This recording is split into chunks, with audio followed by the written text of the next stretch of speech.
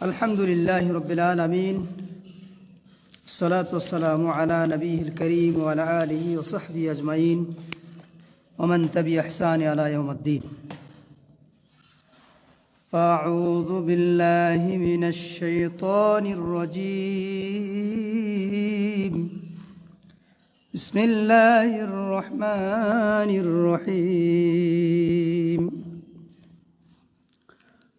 وإذ قلتم يا موسى لن نصبر على طعام واحد فادع لنا ربك يخرج لنا مما تنبت الأرض من بقلها وكثائها وفومها وعدسها وبصلها قال تستبدلون الذي هو أدنى بالذي هو خير عن أبي هريرة رضي الله عنه قال قال رسول الله صلى الله عليه وسلم إن بني إسرائيل لما آتت إن آيتهم المن والسلوى قالوا لموسى لن نصبر على طعام واحد فادع لنا ربك يخرج لنا مما تنبت الأرض رواه বুখারী।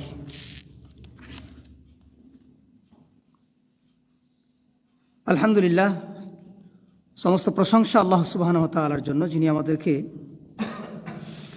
ধারাবাহিক তাফসীরুল কোরআনের আয়োজনে বসার মতো তৌফিক দিয়েছেন। সেই আল্লাহ সুবহানাহু ওয়া তাআলার দরবারে শুকরিয়া জ্ঞাপন করছি, আলহামদুলিল্লাহ। অতঃপর মুহাম্মদ সাল্লাল্লাহু আলাইহি ওয়াসাল্লামের প্রতি আমাদের পক্ষ থেকে আন্তরিক দুরূদ ও সালাম পেশ করছি। আল্লাহুম্মা সাল্লি আলাইহি আল্লাহুম্মা বারিক আলাইহি। সম্মানিত উপস্থিতি, আজকে সূরাতুল বাকারার 61 নম্বর আয়াতের কিছু অংশ তেলাওয়াত করেছি। এখান থেকে আজকের আলোচনা শেষ করার চেষ্টা করব। মা তাওফীক ইল্লা বিল্লাহি তাওয়াক্কালতু ওয়া ইলাইহি উনীব। আল্লাহ সুবহানাহু ওয়া তাআলা রাসূলুল্লাহ সাল্লাল্লাহু আলাইহি ওয়াসাল্লামকে বুঝাতে চাচ্ছেন, মূসা আলাইহিস সালাতু ওয়াস সালামের জামানায় মূসা আলাইহিস সালাতু ওয়াস সালামের কওম, তাদের উপনাম ছিল বনী ইসরাঈল। এই জাতি আল্লাহ সুবহানাহু ওয়া তাআলার পক্ষ থেকে অনেক নিয়ামত ভোগ করেছে। তিহ প্রান্তরে আল্লাহ সুবহানাহু ওয়া তাআলা মেঘের মাধ্যমে তাদেরকে রোদ থেকে, প্রখর রৌদ্র থেকে তাদেরকে বাঁচিয়ে রেখেছেন, ছায়া দান করেছেন। এরপরে খাদ্য সংকট হলো, তখন আল্লাহ সুবহানাহু ওয়া তাআলা তাদেরকে নির্ভরযোগ্য, তাদের ক্ষুধা, পুষ্টি এবং সুন্দর সুগঠনের জন্য আল্লাহ সুবহানাহু ওয়া তাআলা যে খাদ্য দিলেন, ওই খাদ্যর নাম ছিল মান্না ও সালওয়া, মান্না এবং সালওয়া। আকাশ থেকে নাজিল হতো, আকাশ থেকে তাদের খাবারের প্রস্তুত হতো। কেউ রান্না করার প্রয়োজন হতো না, উৎপাদনের প্রয়োজন হতো না, বীজ বপনের প্রয়োজন হতো না, এই চাষবাসের প্রয়োজন হতো না। এত সুবিধা আল্লাহ সুবহানাহু ওয়া তাআলা তাদেরকে দিয়েছিল। এরপরেও এই কওম, এই জাতি সমসাময়িক রাসূল মূসা আলাইহিস সালাতু ওয়াস সালাম ওনার সামনে এসে বলতে লাগলো, আল্লাহ সুবহানাহু ওয়া তাআলা বলছেন, আর ওয়াইজ কুলতুম, যখন মূসা আলাইহিস সালাতু ওয়াস সালামকে তার কওম প্রেসার দিতে লাগলো, বারবার বলতে লাগলো, আক্রমণাত্মকভাবে বলতে লাগলো, ইয়া মূসা, হে মূসা আলাইহিস সালাম, লান নাসবির, আমরা ধৈর্য ধারণ করব না, আমরা ধৈর্য আর ধরতে পারছি না, আমাদের আর ভালো লাগে না। নাসবিরু আলা তুআমিন ওয়াহিদ, একরকম এক জাতীয় খাবার প্রতিদিন খেতে আমাদের ভালো লাগে না, আমরা নিত্য নতুন খেতে চাই। ফাদউ লানা, ও আমাদের জামানার রাসূল মূসা আলাইহিস সালাতু ওয়াস সালাম, আপনি আল্লাহর কাছে দোয়া করেন, ফাদউ লানা রাব্বাকা ইখরিজ লানা মিম্মা তুনবিতুল আরদ, আপনি আল্লাহর কাছে দোয়া করেন যেন আমাদের জন্য খাবারের ব্যবস্থা করে দেন, জমিন থেকে উৎপাদিত খাবার, জমিন থেকে উৎপাদিত শাক সবজি, বিভিন্ন রকমের খাবার, তুমবিতুল আরদ, যা জমিন থেকে জমিন ফুঁড়ে বের হয়ে আসে। মিন বাকলিহা ওয়া কিসাইহা ওয়া ফুমিহা ওয়া আদাসিহা ওয়া বাসলিহা, তার ভিতরে বিভিন্ন রকম মশলা জাতীয় খাবার, মুসুরির ডাল এবং শস্য জাতীয় খাবার, যেগুলি গম এবং যবের কথা উল্লেখ আছে। তাফসিরে জালালাইনে উল্লেখ করা হয়েছে যে শস্যগুলি শুধু শস্য নয়, শস্যটুকু কয়েকটা ঢাকনা দিয়ে ঢাকা থাকবে, এরকম খাবারের ব্যবস্থা চাইলেন, যেটা কষ্টকর মানুষের জন্য, যেটা গ্রহণ করা মানুষের জন্য, যেটা খাদ্য উপযোগী করে তোলা খুব কষ্টকর।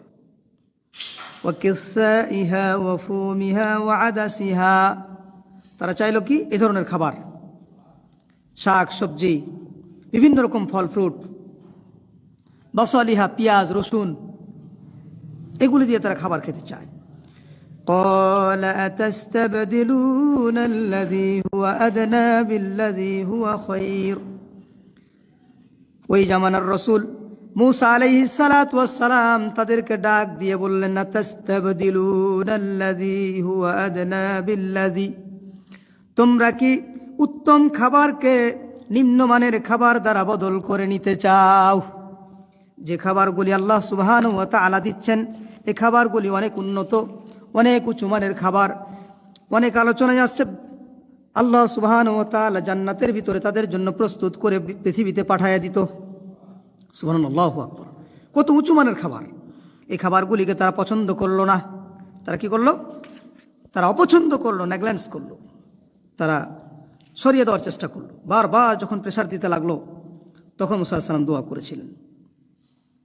এরপরে কি করলেন? তাদেরকে কথা প্রশ্ন করার পরে তারা সরাসরি উত্তর দিল, আমরা ওই খাবার চাই না, আমরা জমিনের খাবার চাই, আমরা উৎপাদন করে সময় অপেক্ষা করে দেখে দেখে নিজের হাতে উৎপাদন করে খেতে চাই। ইহবিতু মিসরান ফাইন্না লাকুম মা সাআলতুম, তাদেরকে জিজ্ঞাসা করা হলো, আপনারা কি কোনো নগরীতে যেতে চাচ্ছেন? যদি আপনারা কোনো নগরীতে যেতে চান, মিসর অথবা যে কোনো এলাকায় আপনারা চলে যান, সেখানে গিয়ে আপনারা পেয়ে যাবেন। ফাইন্না লাকুম মা সাআলতুম, তোমরা যা চাচ্ছ তা তোমাদের জন্য ওই এলাকাতে প্রস্তুত করা আছে, তোমরা কোথায় যেতে চাচ্ছ? মূসা আলাইহিস সালাতু সালামকে বাদ দিয়ে তারা পরামর্শ করেছে, আমরা এলাকায় থাকবো না। এই জন্য মূসা আলাইহিস সালাতু সালামকে ওহীর মাধ্যমে আল্লাহ সুবহানাহু ওয়া তাআলা জানিয়ে দিয়েছেন। তিনি বলছেন, ইহবিতু, তোমরা চলে যাও, মিসরান, যে কোনো একটি এলাকায় চলে যাও, ফাইন্না লাকুম মা সাআলতুম, তোমরা যা চাচ্ছ সেখানে তার প্রস্তুত করে রেখেছেন আল্লাহ সুবহানাহু ওয়া তাআলা। তবে কয়েকটি কথা শুনে রাখো, ওযুরিবাত আলাইহিম, তোমাদের জন্য আল্লাহ সুবহানাহু ওয়া তাআলা প্রস্তুত করে রাখলেন, তোমাদের উপর রাগ নিয়ে রাখলেন, ক্ষোভ নিয়ে রাখলেন। আলাইহিমুজ যিল্লাতু ওয়াল মাসকানাহ, তোমাদের জন্য অপমান, অপদস্থ, নির্যাতন, উৎপীড়ন তোমাদের জন্য প্রস্তুত হয়ে গেল, অপমান তোমাদের জন্য নির্ধারণ হয়ে গেল। ও মাসকানাহ, এবং তোমরা অভাবগ্রস্ত হয়ে যাবে। তোমরা খাদ্যের তাড়নায়, রিজিকের তাড়নায় তোমরা বিভিন্ন দিকে ছুটাছুটি করবে, তোমরা কোনোদিন অন্তরের দিক থেকে কোনোদিন স্বাবলম্বী হতে পারবা না। আল্লাহ সুবহানাহু ওয়া তাআলা রাসূল জানিয়ে দিলেন, ওয়াবাউ বিগযাবিন মিনাল্লাহ, আল্লাহর গজব থেকে তোমাদেরকে কেউ পরিত্রাণ দিতে পারবে না। যালিকা বিআন্নাহুম কানু ইয়াকফুরুনা বিআয়াতিল্লাহ, ওই কারণে যে বিআন্নাহুম কানু ইয়াকফুরুন, তোমরা আল্লাহর আয়াতগুলিকে অস্বীকার করার চেষ্টা করেছো, প্রবণতা দেখিয়েছো, দুঃসাহস দেখিয়েছো, আল্লাহর আয়াতগুলিকে তোমরা পছন্দ করো নাই। তোমরা আল্লাহর দেওয়া বিধানকে, আল্লাহর দেওয়া নীতিকে, আল্লাহর দেওয়া খাদ্যকে তোমরা অপমান করলে, তোমরা অস্বীকার করলে আল্লাহর দেওয়া খাবারকে, আল্লাহর দেওয়া নীতিকে। আমি রসুল থাকতে আমাকে ছেড়ে দিয়ে তোমরা এলাকা পরিত্যাগ করলে, তোমাদের জন্য আল্লাহ সুবহানাহু ওয়া তাআলার এই গজব, এই আযাব তোমাদের জন্য স্থির করা হয়েছে। আরেকটি অপরাধ হলো বিআয়াতিল্লাহি ওয়া ইয়াকতুলুনান নাবিয়্যিনা বিগাইরিল হক, অন্যায়ভাবে জবরদস্তি করে রসুলদেরকে হত্যা করা, নবীদেরকে হত্যা করা তোমাদের বড় খারাপ চরিত্র। শুনে রাখো, এই অপরাধের কারণে আল্লাহ সুবহানাহু ওয়া তাআলা তোমাদেরকে অপদস্থ করবেন। এই অপরাধের কারণে তোমাদের উপর আযাব এবং গজবে তোমাদেরকে পূর্ণ করে রাখবেন। যালিকা বিমা আসাউ ওয়া কানু ইয়াতাদুন। আর এই কারণেই তোমরা কোনোদিন সুখে থাকতে পারবে না, শান্তিতে থাকতে পারবে না, দুনিয়াতেও না আখিরাতেও না। এইভাবে মুসা আলাইহিস সালাতু ওয়াস সালামের জামানায় যারা ছিল, এই ঘটনাটা আল্লাহ রসুল সাল্লাল্লাহু আলাইহি ওয়াসাল্লাম সর্বশেষ এবং চূড়ান্ত রসুল মুহাম্মদ সাল্লাল্লাহু আলাইহি ওয়াসাল্লামকে আল্লাহ জানিয়েছেন। বলছিলাম আন আবি হুরায়রা রাদিয়াল্লাহু আনহু قال, হাদিসটি সহিহুল বুখারীর 4487 নম্বর হাদিস। আল্লাহ রসুল বলছেন, قال জিবরাইল, জিবরাইল আলাইহিস সালাতু ওয়াস সালাম এসে আমাকে বলছেন, ইন্না বানি ইসরাঈল লাম্মা আয়াতুহুম, তাদের নিদর্শন, তাদের যে গতি, তাদের যে অবলম্বন, তাদের যে চরিত্র, আল্লাহ রসুল একটু শুনেন। আল মান্না ও সালওয়া, তাদেরকে আল্লাহ দিয়েছিলেন মান্না এবং সালওয়া, সম্মানজনক খাবার, রিজিক। ক্বালু, তারা বলেছিল লিমূসা, মূসার উদ্দেশ্যে, লান নাসবিরু আলা তুআমিন ওয়াহিদ, আমরা এক খাবারে সন্তুষ্ট নই। ফাদউ লানা রাব্বাকা ইখরিজ লানা মিম্মা তুনবিতুল আরদ, আমরা জমিন থেকে খাবার খেতে চাই, আসমানের খাবার আমাদের পছন্দ নাই, আসমানের খাবার আমাদের ভালো লাগে না। এভাবে আলোচনা করতে গিয়ে আমি দুটি কথা উল্লেখ করতে যাচ্ছি। সেটা হলো, তাদের অপরাধ হলো তিনটা, তাদের অপরাধ হলো তিনটা। এই অপরাধগুলি যদি আমরাও করি, তাহলে আমাদের উপরও এই ধরনের জুলুম অত্যাচার নেমে আসবে, আমাদের উপরও নির্যাতন নেমে আসবে, এতে কোনো সন্দেহের কোনো অবকাশ নেই। আল্লাহ সুবহানাহু ওয়া তাআলা যে অপরাধগুলি তাদেরকে উল্লেখ করেছেন সূরাতুল বাকারার 61 নম্বর আয়াতে, তার 1 নম্বর অপরাধ হলো কানু ইয়াকফুরুন, তারা কুফরি করত। তারা আল্লাহ সুবহানাহু ওয়া তাআলার নীতির উপর, নির্ধারণ করা আল্লাহর নীতির উপর তারা অন্য একটা বিষয়কে তারা গ্রহণ করত, আল্লাহর বিধানগুলিকে অস্বীকার করার চেষ্টা করত, মুখে অথবা তারা কার্যক্রমে তারা অস্বীকার করত। আল্লাহর আয়াতগুলিকে, আল্লাহর দেওয়া নিদর্শনগুলিকে তারা অবহেলা করে চলেছিল। যদি আমাদের জীবনে, আমাদের সমাজে, আমাদের সংসারে, আমাদের সমাজে আমরাও যদি ওই চরিত্র গ্রহণ করি, তাহলে আল্লাহ সুবহানাহু ওয়া তাআলা আমাদের উপর ওই জিল্লাতুন নামিয়ে দিবেন, আমাদের উপর অপদস্থতা, আমাদের উপর যেই লাঞ্ছনার ধারাবাহিকতা, এটা নামিয়ে দিবেন। ওয়াল মাসকানা, এবং সংকট দিয়ে আমাদেরকে পূর্ণ করে দিবেন। বিগযাবিন মিনাল্লাহ, আল্লাহর পক্ষ থেকে গজব নেমে আসবে। এটা একটা বিষয় আমাদের বর্তমান সমসাময়িক। গজব হলো কয়েকদিন আগে যেটা দেখলাম আমরা, যে ভূমিকম্প, এটা একটা আল্লাহর পক্ষ থেকে গজব।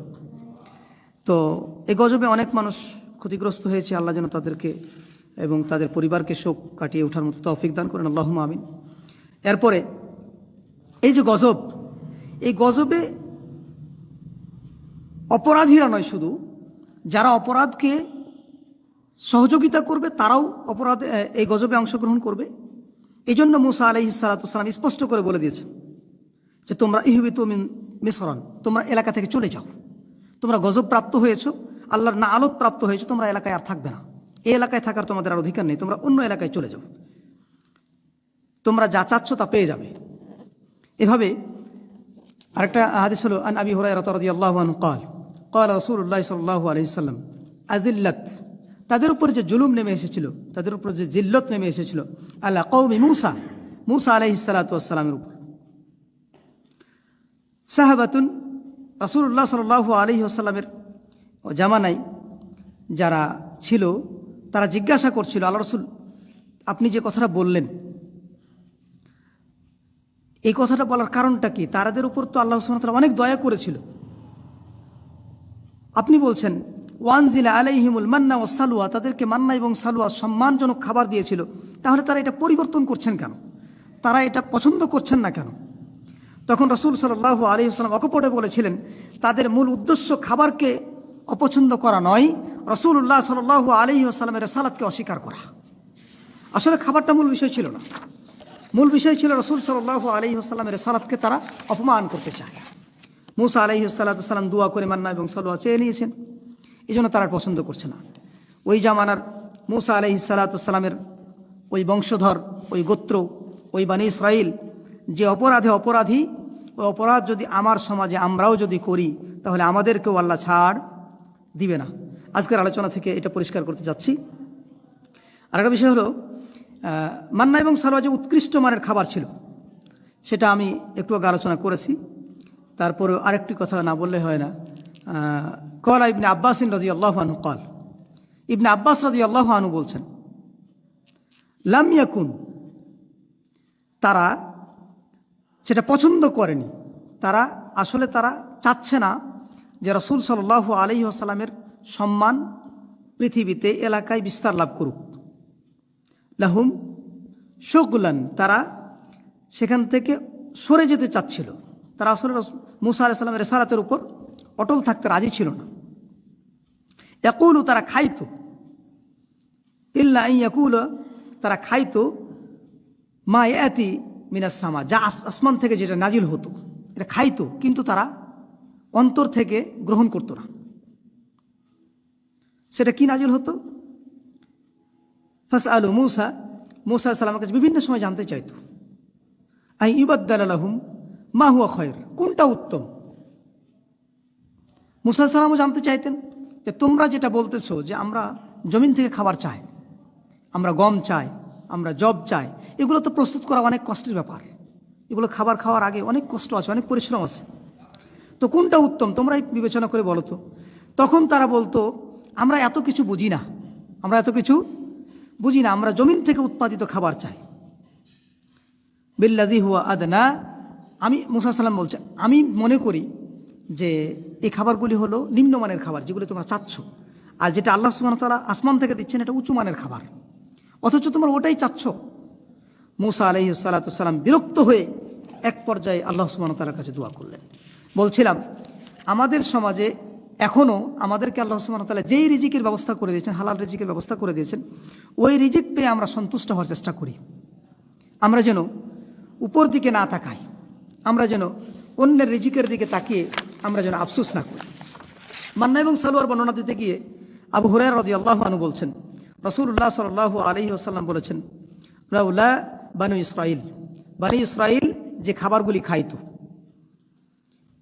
লাম ইয়াখুনু খুবুজা, ওই খাবার একটি নাম ছিল আর একটি উপনাম ছিল, সেটা হলো রুটির মতো, একটু যখন বেলা বেশি হতো তখন রুটির মতো খাবার তৈরি হতো, শক্ত খাবার হতো।